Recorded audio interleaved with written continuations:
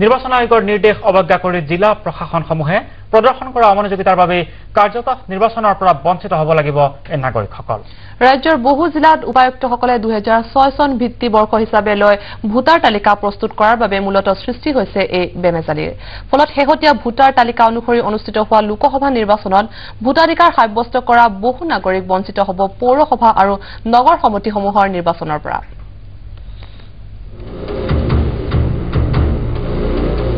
মজিবুদ্দিন ৰহমান এই ব্যক্তিগৰাকী শিৱসাগৰ জিলাৰ 1 নং ৱাৰ্ডৰ বাসিন্দা। বিগত লোকসভা নিৰ্বাচনত নিজৰ ভোটাধিকাৰ সাব্যস্ত কৰিবলৈ সক্ষম হোৱা ৰহমানে কিন্তু আগন্তুক পৌৰসভা আৰু নগৰ সমিতিসমূহত ভোটাধিকাৰ সাব্যস্ত কৰিব নোৱাৰিব। কাৰণ পৌৰসভা আৰু নগৰ সমিতিসমূহৰ নিৰ্বাচনৰ ভোটাৰ তালিকাত ৰহমানৰ নাম অন্তৰ্ভুক্ত হোৱা নাই। আমি লিষ্ট চাইছো, আমাৰ নাম নাই। সদ্যহতে আমাৰ ঘৰৰ এইডোখৰ গোটেই এৰিয়াটোৱে নাই, 18-19 ঘৰ মানুহৰ নাম নাই। কিন্তু মোৰ ভাড়া ঘৰত থকা 2জন মানুহৰ নাম আহিছে, কিন্তু আমাৰ নাম অহা নাই। ইপিনে ধৰ মোৰ কেকাৰ পিতেকৰ নাম আহিছে, কিন্তু বাপেকহঁতৰ নাম নাই।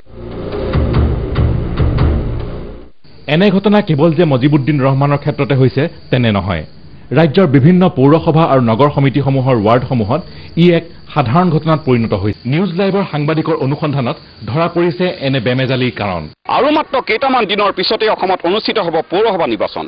তাৎপৰ্যপূৰ্ণ এই যে যোৱা এপ্ৰিল মাহত অনুষ্ঠিত হৈ যোৱা লোকসভা নিৰ্বাচনত ভোটদান সাব্যস্ত কৰা নগৰ অঞ্চলৰ বহু নাগৰিকে এই পৌৰসভা নিৰ্বাচনত ভোটদানৰ পৰা বঞ্চিত হ'ব।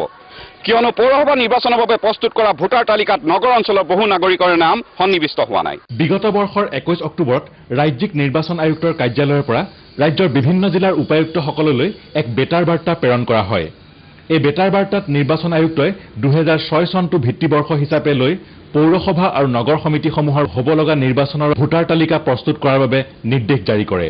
এই নিৰ্দেশ অনুসৰি উপায়ুক্তসকলে ভোটাৰ তালিকা প্ৰস্তুত কৰে। ফলত মজিবুদ্দিন ৰহমানৰ দৰে বহু নাগৰিক আগন্তুক পৌৰসভা আৰু নগৰ সমিতিসমূহৰ নিৰ্বাচনৰ পৰা বঞ্চিত হ'ব লগা হয়। নৱনিযুক্ত ৰাজ্যিক নিৰ্বাচন আয়ুক্ত বীৰেন দত্তই যোৱা 18 জুনত শেহতীয়া ভোটাৰক অন্তৰ্ভুক্ত কৰি এখন ভোটাৰ তালিকা প্ৰস্তুত কৰাৰ বাবে উপায়ুক্তসকলক নিৰ্দেশ দিয়ে যদিও সেই নিৰ্দেশে গুৰুত্ব লাভ নকৰাৰ বাবে ভোটাৰ তালিকাত বেমেজালিৰ সৃষ্টি হয়। ফলত তৃণমূল পৰ্যায়ত অতি গুৰুত্বপূৰ্ণ ৰূপে বিবেচিত পৌৰসভা আৰু নগৰ সমিতিসমূহৰ নিৰ্বাচনত প্ৰশাসনৰ অমনোযোগিতাৰ বাবে বহু নাগৰিক বঞ্চিত হ'ব লগা হৈছে।